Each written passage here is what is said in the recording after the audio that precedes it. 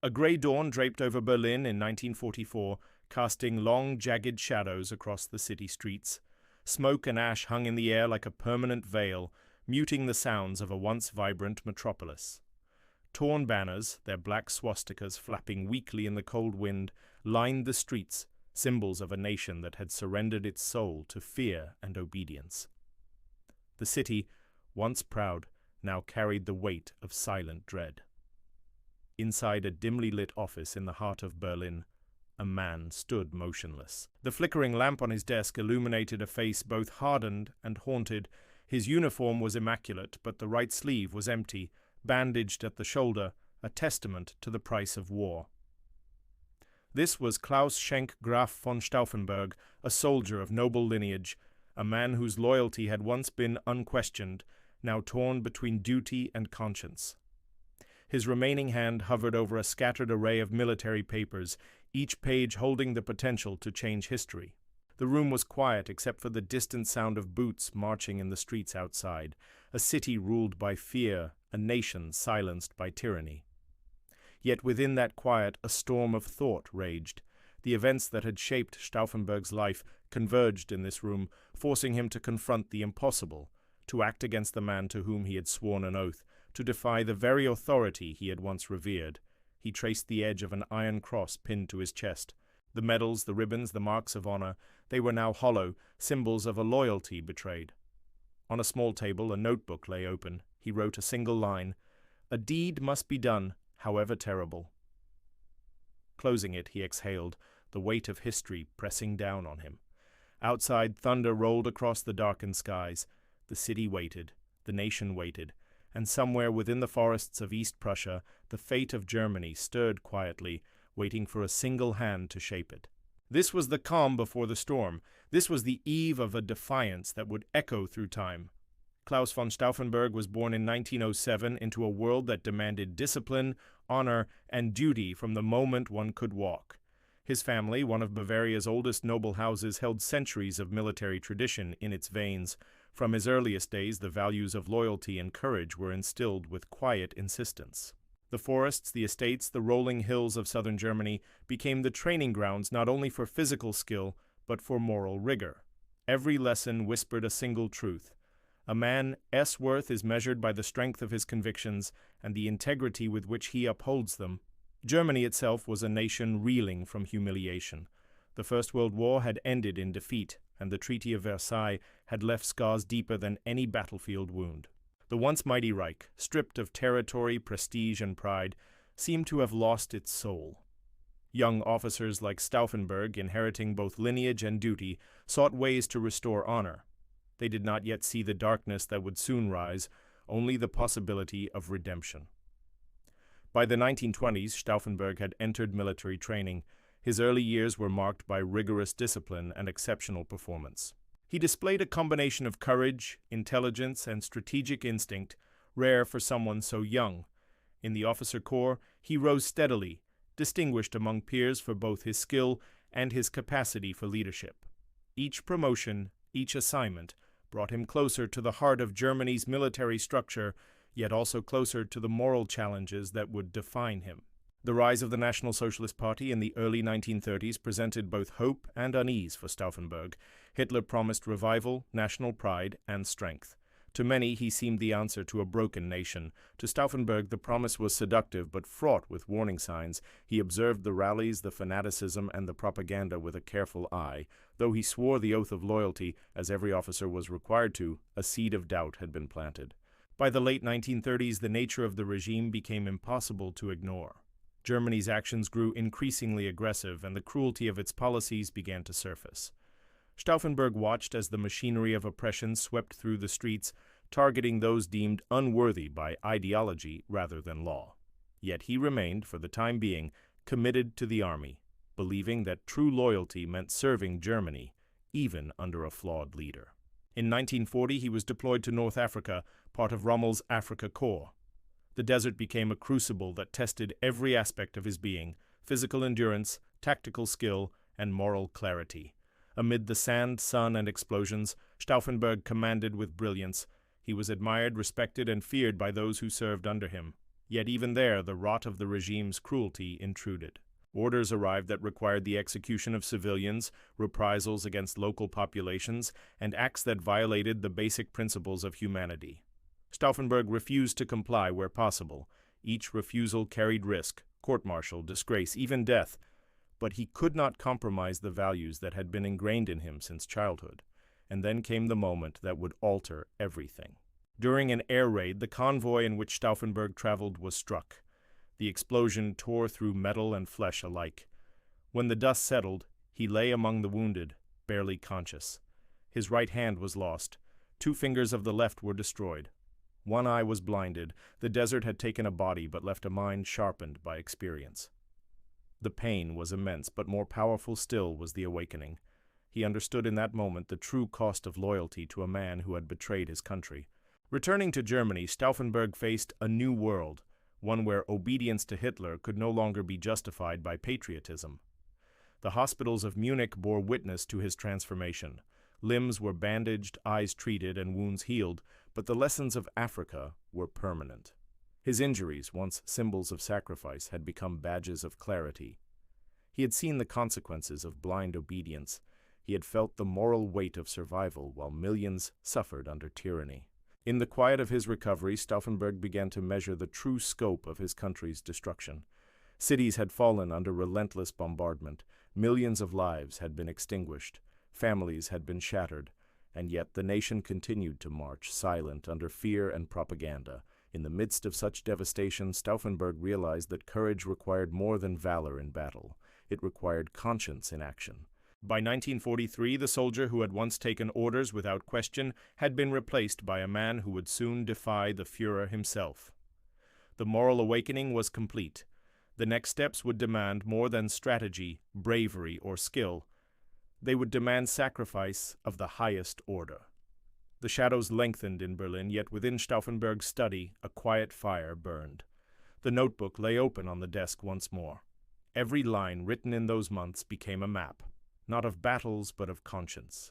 Every decision would lead closer to the ultimate confrontation, a confrontation between tyranny and morality, obedience and defiance, survival and the soul of a nation. This was the genesis of Operation Valkyrie, the plan that would bind his fate to the fate of Germany. It was the first step in a journey that would demand everything: his strength, his courage, and ultimately his life. By 1943, Germany had become a nation in collapse. Cities that had once thrummed with life were now shadows of their former selves, scarred by relentless Allied bombings and choking under the weight of totalitarian rule.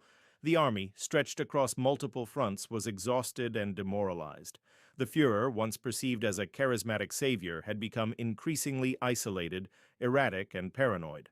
Within this maelstrom, Stauffenberg moved silently. The man who had once measured valor on the battlefield now measured loyalty by conscience. Each day brought reports of atrocities, massacres on the Eastern Front, reprisals against civilians, and the systematic destruction of those deemed enemies of the Reich. These events, witnessed firsthand or through the whispers of the few brave officers who still spoke truth, left Stauffenberg in a state of quiet fury. He became part of a covert circle within the Wehrmacht, generals, colonels, and officers who recognized that Germany's survival required more than military discipline. It required moral courage. They met in apartments, safe houses, and hidden offices, exchanging reports, planning, and carefully weighing each word for danger. Every meeting carried the constant threat of discovery by the Gestapo, the secret police whose reach extended into every corner of the Reich. Within this network, Stauffenberg emerged as a central figure. His intelligence, determination, and unique position in the army placed him at the nexus of strategy and execution. He analyzed Hitler's movements, studied his security arrangements, and assessed vulnerabilities within the Führer's inner circle. Months of observation revealed that the Führer's arrogance had left openings, flaws that could be exploited if approached with precision and courage.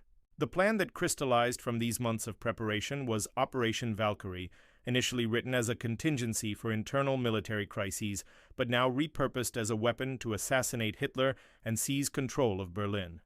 Its genius lay in its duality. Outwardly, it was a legal military plan. Covertly, it would serve as a tool of rebellion. The conspirators meticulously outlined the steps. Communication lines would be seized, ministries would be controlled. SS officers loyal to the Führer would be arrested. Radio stations would broadcast the narrative of Hitler's assassination by extremists. Every order, every document, every contingency was crafted to appear legitimate while concealing its revolutionary intent. Stauffenberg's position brought him closer to the epicenter of power than any conspirator before him. Assigned as Chief of Staff to the Reserve Army, he gained direct access to Hitler's headquarters, the Wolfschanze in East Prussia. The compound, deep within a dense forest, was a fortress of steel, concrete, and paranoia. Surveillance cameras, armed guards, and extensive security measures turned every step within its perimeter into a calculated risk. To prepare for the mission, Stauffenberg underwent rigorous practice in handling explosives despite his physical limitations. With one hand missing and only 3 fingers functional on the other, he rehearsed the arming of bombs repeatedly, timing each step with precision. The smallest mistake could mean death before the plan even reached execution. Psychologically, the stakes were even higher. Each night, Stauffenberg wrestled with the moral weight of assassination. He did not seek power, glory, or revenge. He sought redemption for a nation teetering on the edge of ruin. He measured each action against the potential cost, not only his life, but the lives of countless others. Yet the calculation was clear. To remain silent was to condone the destruction of Germany itself. The network of conspirators expanded carefully. Officers like Ulbricht, Tresckow, and Beck provided guidance, intelligence, and logistical support. Civilian figures and anti-Nazi politicians contributed contacts, knowledge of the inner workings of the regime, and moral affirmation. Each participant understood that discovery meant immediate execution. Even a minor slip could unravel months of planning and bring the wrath of the Reich down upon them all. By the summer of 1944, all elements converged. The explosives were secured. Orders for the Reserve Army were printed, coded, and rehearsed. Communications were prepared. Maps of Berlin and the compound were studied. The conspirators knew the risks. Every day increased the danger of betrayal, exposure, or failure. Yet the moral imperative outweighed fear. Stauffenberg, ES focus became singular, the day he would enter the Wolfschanze with the briefcase that could decide the fate of Germany. Every step leading to that day was meticulously planned, every contingency accounted for, every hesitation replaced by resolve. The man who had once believed in blind loyalty now believed in conscience above all else. As July approached, the tension in Berlin intensified. Air raids rattled the city nightly, while the Gestapo's surveillance grew increasingly oppressive. Civilians whispered in fear, soldiers obeyed in silence. Yet beneath this atmosphere of terror, a quiet storm brewed. Stauffenberg's movements were calculated with precision, each step designed to avoid detection while inching ever closer to his ultimate confrontation. Within his own home, he moved with the calm of purpose. Every night he reviewed maps, notes, and schedules. He prepared his uniform, adjusted his prosthetics, and rehearsed the physical steps necessary to arm the bomb. His family, unaware of the exact details, observed a man transformed, once a soldier, now a harbinger of destiny. Finally, on July 19, 1944, Stauffenberg departed Berlin for the Wolfschanze. The flight across East Prussia was tense, silent, and heavy with anticipation. The forest below stretched endlessly, dark and ancient, seeming to hold the memories of centuries of European conflict. Each mile brought him closer to the epicenter of tyranny, and yet closer to the point of no return. Upon arrival, the scale of the mission became palpable. The Wolfschanze, hidden deep within a dense forest, was a fortress designed to shield Hitler from the outside world. It was both impregnable and vulnerable, a paradox that Stauffenberg understood. Every guard, every gate, every layer of security had to be negotiated with precision. One misstep could end the plan before it began. Inside the compound, he observed the routines of Hitler's generals, the arrangement of the conference rooms, and the proximity of the Führer to potential explosives. The plan would require him to place the bomb at exactly the right position, within arm's reach of the table where Hitler would stand, and exit without arousing suspicion. Every movement had to be timed to the second. For Stauffenberg, the months of preparation, the secret meetings, the moral struggle, and the personal injuries coalesced into a singular purpose. The moral weight of his mission, the physical danger, and the historical significance pressed down on him with absolute clarity. The days before the operation were consumed by preparation, surveillance, and the meticulous rehearsal of every step. Even the smallest deviation could doom the plan. Yet, despite the risk, Stauffenberg remained resolute. The shadows of fear that clung to Berlin and East Prussia could not suppress the flame of conscience that now guided his every action. He had become more than a soldier. He had become a vessel of history, carrying the burden of moral responsibility, the hope of a nation, and the courage to confront evil where it hid in plain sight. And in that quiet, tense waiting period, he knew, whatever the outcome, whatever the cost, the next step would define not just his life, but the moral legacy of Germany itself. The forests of East Prussia stretched endlessly beneath a heavy summer sky, their shadows long and deep, concealing both beauty and death. Hidden within their dense foliage lay the Wolfschanze, Hitler's Eastern Front headquarters, a fortress of concrete, steel, and suspicion. Towers bristling with machine guns, barbed wire fences, and guards moving in precise patterns gave the illusion of invincibility. But every fortress, no matter how imposing, contains its cracks. Stauffenberg had found them.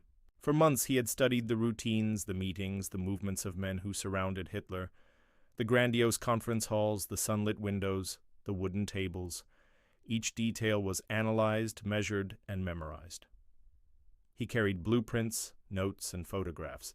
He had rehearsed every step with his own hand, practicing how to place a briefcase, arm a bomb, and leave the room without detection. The limitations of his injuries, a missing right hand, mangled fingers, a blind eye, became instruments of meticulous planning. Every motion was calculated with mathematical precision. The plan itself, Operation Valkyrie, was deceptively simple in concept, but almost impossible in execution. Originally written to maintain order in Berlin should internal unrest arise, it had been adapted into a weapon of rebellion. Under its cover, reserve army units would seize control of the city, arrest SS leaders, and secure key government buildings. The crux of the plan, however, relied entirely on one act, the elimination of Adolf Hitler. Without that, the orders would remain just that, paper and illusion. Stauffenberg prepared in silence. Each morning he rehearsed the sequence of arming the explosives, placing them under the table, and exiting the room. The timing had to be flawless. Too early, and Hitler would move; too late, and guards could intervene. The smallest miscalculation could destroy the plan and condemn the conspirators to immediate execution. The conspirators around him moved with equal tension. Each man understood the stakes. Discovery meant instant death. Yet they continued to refine every detail: codes, communications, transportation routes, and contingencies. Safe houses buzzed with whispered activity, documents were burned immediately after reading, and maps of Berlin were studied in minute detail. Every step was executed under the shadow of the Gestapo's gaze, whose reach extended like invisible tentacles across the city and army. The journey to Wolfschanze was itself a test of nerves. Each mile closer to the headquarters was a mile closer to death. The small plane carried Stauffenberg and his aide through low clouds, over rivers and forests, the landscape a patchwork of green and shadow. Below, villages dotted the land, oblivious to the storm of history moving above them. Stauffenberg's mind was focused, calm, methodical. The only thoughts allowed were those that pertained to the plan, to timing, to precision. Fear was acknowledged but never allowed to dominate. Upon arrival, the scale of the fortress became immediately apparent. Guards, checkpoints, and multiple layers of security surrounded the compound. Stauffenberg passed each inspection with quiet confidence, his demeanor unassuming. Inside, the tension was almost tangible. The forested corridors of the Wolfschanze seemed alive, filled with the weight of secrecy, paranoia, and impending fate. The conference room itself, where Hitler would meet his generals, became the focal point of preparation. Sunlight streamed through high windows, casting long shadows across the polished wooden table. Each chair, each document, each map was accounted for in Stauffenberg's mind. The bomb, hidden within a briefcase, would need to be placed precisely under the table near Hitler without drawing attention. In the days leading to the operation, Stauffenberg reviewed every contingency. He accounted for the presence of aides, the movement of guards, the possible relocation of the meeting, and the timing of conversations. He calculated the exact detonation moment required to maximize the likelihood of success. Each calculation was reviewed multiple times until the plan was etched into memory like a mantra. The conspirators in Berlin prepared simultaneously. Communications with the reserve army units led by Ulbricht and other officers were rehearsed. Orders were typed and coded to maintain legitimacy while concealing the underlying rebellion. The movements of troops, the seizure of radio stations, and the arrest of SS officers were synchronized with military precision. Every participant understood that hesitation, confusion, or miscommunication could doom the plan. Stauffenberg's personal struggle intensified as the operation drew near. He carried the weight of moral responsibility, knowing that failure could mean not only his death, but the end of any chance to restore Germany. Yet he remained resolute. He had witnessed the destruction of his nation, the suffering of millions, and the atrocities committed in the name of obedience. He had concluded that action, even at the cost of life, was the only path to conscience. On the morning of July 20th, 1944, Stauffenberg prepared with meticulous care. The bomb was assembled, components checked, fuses tested. Every motion was deliberate, every gesture rehearsed. His aide, Werner von Haeften, assisted in final preparations, ensuring that timing and placement were exact. The briefcase, heavy with explosives, represented the culmination of months of planning and moral determination. The flight to the meeting site was tense and silent. The forests below, ancient and unyielding, bore witness to the journey. Stauffenberg's focus remained absolute. The historical weight of his mission pressed on him, yet he moved with quiet confidence, his mind fixed on the single goal that defined his purpose. Upon arrival, he entered the conference room with the calm demeanor of a man carrying the weight of destiny. The meeting was underway, generals surrounding Hitler, maps and documents spread across the table. The placement of the briefcase became a moment of intense suspense, every step measured, every movement precise. Once the bomb was set, Stauffenberg excused himself from the room. He walked the corridors of the compound with steady determination, exiting under the guise of duty while the fuse silently counted down. Outside, the air was thick with anticipation, the forest holding its breath.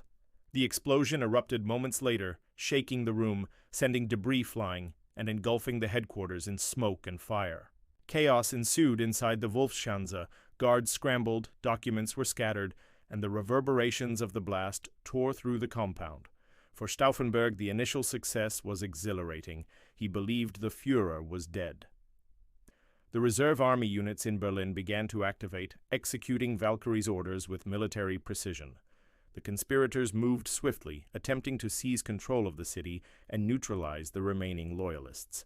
But fate, cruel and unyielding, intervened. Hitler survived, shielded by the thick wooden table and fortuitous positioning. The explosion, while devastating, had failed to eliminate the dictator. Confusion rippled through Berlin as news filtered back. The Führer was alive. The plan, in its most critical element, had faltered. In the Bendler block headquarters, the conspirators struggled to adapt. Communications faltered, orders were questioned, and hesitation crept in. The moral courage that had fueled their planning now collided with the harsh reality of survival and failure. Despite their discipline and determination, the wheels of rebellion began to grind to a halt. The following hours became a struggle between hope and despair.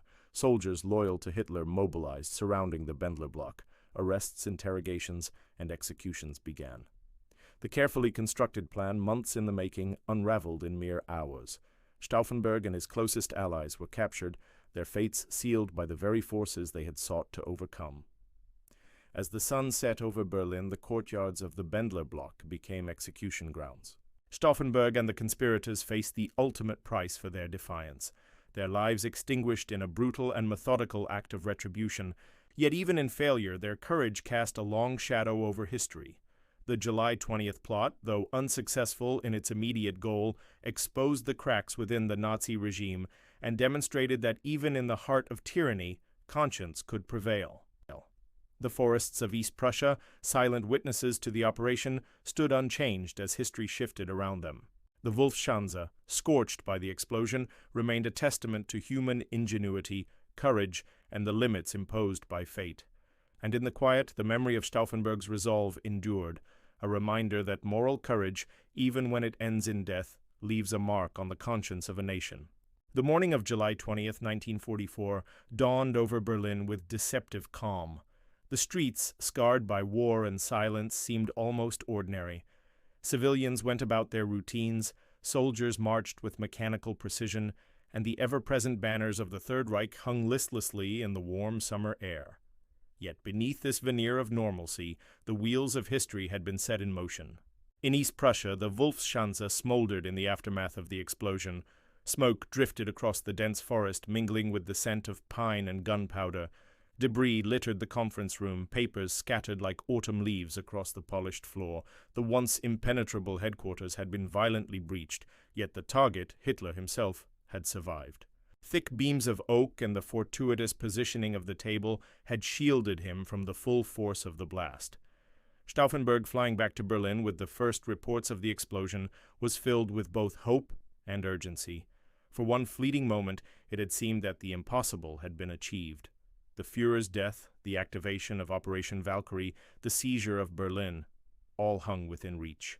Yet even as the reserve army mobilized, cracks began to appear. Orders were delayed. Communications faltered. Units hesitated.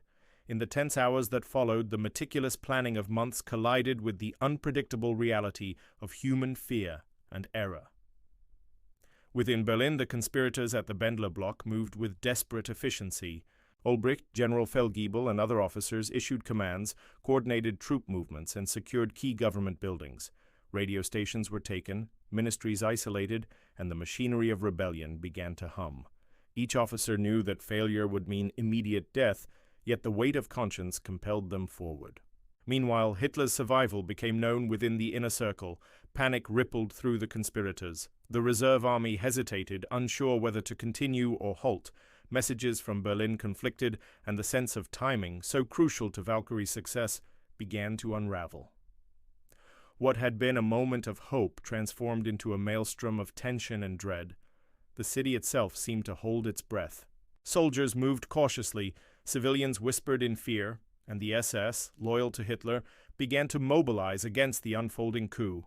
The very structure of obedience which the conspirators had sought to manipulate now turned against them with merciless efficiency. Stauffenberg returned to Berlin with his aide, Werner von Haeften, under the cover of dusk. The streets, once familiar, now felt alien. Guards blocked key intersections. Reports of arrests, interrogations, and executions filtered through the network. The Bendler block, once a hub of coordinated rebellion, became a fortress under siege. Inside the headquarters, the conspirators faced the unbearable weight of immediacy. Each decision, each order, carried the potential for life or death. The men who had meticulously planned every movement now confronted the chaotic unpredictability of war, fate, and human hesitation. Despite their discipline, the plan began to fracture. By mid-afternoon, the full scale of failure was evident. Hitler was alive. Loyalist forces were mobilizing. The reserve army, paralyzed by conflicting reports, hesitated to act. The conspirators, once confident in the inevitability of their success, now faced the brutal consequences of miscalculation. The final hours became a blur of activity, fear, and desperate attempts at salvage. Soldiers loyal to Hitler surrounded the Bendler block. Doors were barricaded, messages sent and intercepted, and the conspirators prepared for confrontation.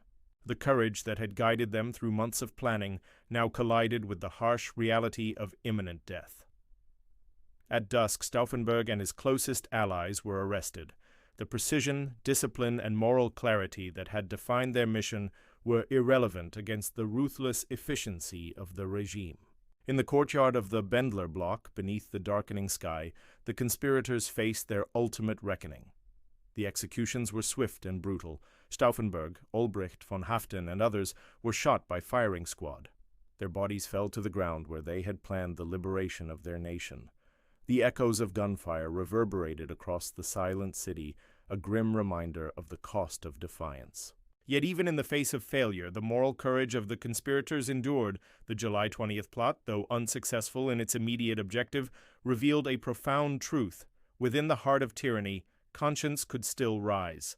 The image of Stauffenberg standing in the courtyard, resolute even in the shadow of death, became a symbol for those who would remember the courage to defy evil. Across Germany, the repercussions of the failed coup were immediate and severe. Thousands were arrested, interrogated, and executed. The army was purged of those suspected of disloyalty. Civilian resistance was crushed. The Nazis, enraged by betrayal, intensified their reign of terror.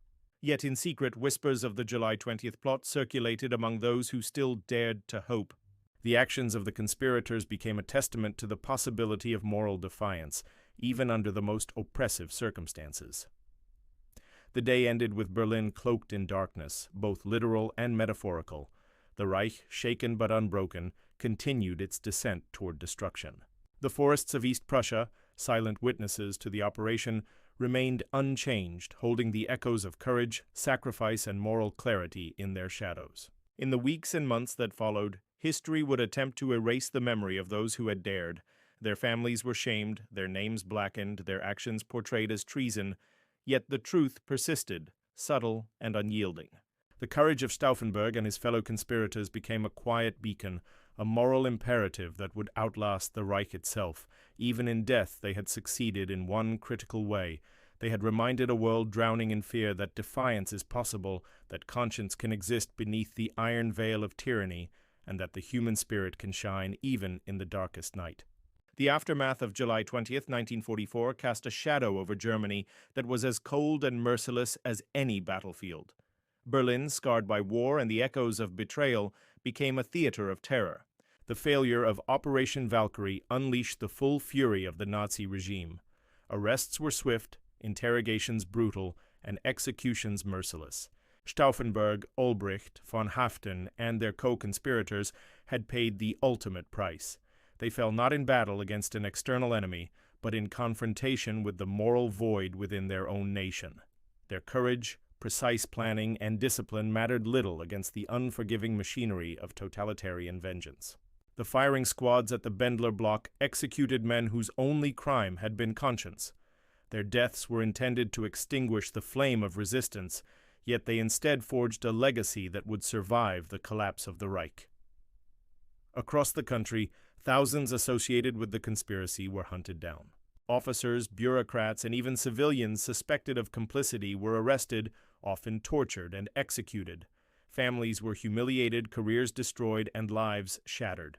Fear tightened its grip on the nation, silencing those who might have acted and reinforcing obedience through terror. Yet beneath the surface, a quieter story unfolded, one of remembrance, moral courage, and the quiet insistence that truth cannot be fully erased. Stauffenberg's legacy was both immediate and symbolic. Soldiers who had witnessed his calm courage in Africa and East Prussia remembered the man who had risked everything for conscience. Ordinary Germans, hearing whispers of the plot, recognized that within the heart of tyranny, human decency could survive. Historians later would note that even in failure, Stauffenberg had illuminated the possibility of moral choice in a world dominated by fear and obedience. The broader trajectory of the war remained grim. The Nazi regime, unbroken by the plot, continued its destructive path, prolonging the suffering of millions. Yet the assassination attempt and Valkyrie's partial execution revealed vulnerabilities within Hitler's inner circle. The myth of invincibility that the Führer cultivated began to show cracks. Even the smallest fissures, visible only to those who looked closely, carried profound significance. In the months that followed, Stauffenberg and his co-conspirators became martyrs, not in the traditional sense of state-sanctioned glorification, but as symbols of moral defiance. Their deaths highlighted the stark difference between obedience and conscience, between action in the service of evil and action in the service of humanity. The iron veil of tyranny might remain in place, but it could not obscure the courage of those who dared to lift it, even for a fleeting moment. The cost of defiance was absolute, yet in that cost lay a profound victory. By refusing to remain passive, by confronting evil directly, Stauffenberg and his companions created a moral benchmark that would resonate long after the Reich's collapse. Their sacrifice became a silent testament to the enduring human capacity for courage, even in the face of impossible odds. The years after 1945 saw Germany rise from the ashes of war, yet the shadow of its past loomed over the nation like an unshakable specter. Cities rebuilt themselves, governments reformed, and society slowly sought reconciliation. Amid the ruins, the story of the July 20th conspirators began to emerge from the silence imposed by fear, death, and propaganda. Klaus von Stauffenberg, the man who had walked into the Wolfschanze carrying the burden of history, became a figure both revered and misunderstood. He was remembered not as a flawless hero, but as a man who had faced an impossible moral choice and acted. His courage, measured in the small details of planning, timing, and resolve, became a template for conscience under tyranny. Monuments, plaques, and memorials eventually honored those who had sacrificed everything in the name of moral courage. The Bendler block in Berlin, scarred yet enduring, became a place of reflection. A single white rose placed quietly in the courtyard symbolized not victory, but the unyielding persistence of conscience. The story of resistance under the Nazi regime is a reminder that even in the darkest moments, human beings retain the capacity for choice. While the machinery of evil may dominate, fear may silence, and power may corrupt, the courage of a single individual can illuminate the path of righteousness. Stauffenberg's act, though ultimately failing in its immediate objective, demonstrated that moral courage is not measured by success or survival, but by the willingness to act in accordance with conscience. In modern Germany and across the world, his legacy persists. Students learn of the plot. Scholars study the details of the operation. Citizens pause to reflect on the price of silence, the weight of obedience, and the importance of moral action. The Iron Veil, once a symbol of oppression and fear, has become a metaphor for the moral challenges each generation faces. The enduring struggle between complicity and conscience. Even today, the forests of East Prussia, the ruins of the Wolfschanze, and the courtyards of Berlin bear witness to courage. The echoes of that summer day in 1944 ripple through history, reminding humanity that tyranny, no matter how absolute, can never fully extinguish conscience. The story closes on the quiet image of the white rose in the Bendler block courtyard, trembling in a gentle breeze. Sunlight touches the petals, highlighting their fragility, yet illuminating their resilience. The camera pulls back, revealing Berlin, a city rebuilt, scarred, and reflective. Beneath the iron veil of history, the human spirit endures. Conscience survives. Courage persists. And in the silent spaces between fear and obedience, the legacy of Klaus Schenk Graf von Stauffenberg shines as a reminder that even in the darkest times, the light of moral defiance can never be fully extinguished.